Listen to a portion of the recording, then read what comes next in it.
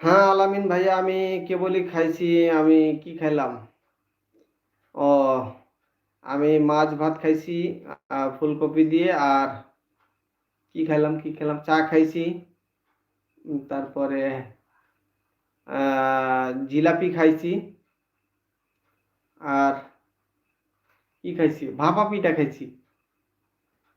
শীতের দিন তো আমি মানে শীতকালীন পিঠাটা ভালোই লাগে আমার, এই আর কি। শীতকালে বিশেষ করে আমাদের চাপায়ে ঐতিহ্যবাহী কিছু খাবার আছে, যেমন ধরেন ভাপা পিঠা। এটা ঠিক চাপায়ের না, সারা বাংলাদেশেরই, তবে চাপায়ে আমি দেখতে পাই বেশিরভাগ সময় যে মোড়ে মোড়ে, রাস্তার মোড়ে মোড়ে ভাপা পিঠার দোকান। আর একটা চাপায়ে পাবেন যেটা হচ্ছে চাউল কালাই রুটি।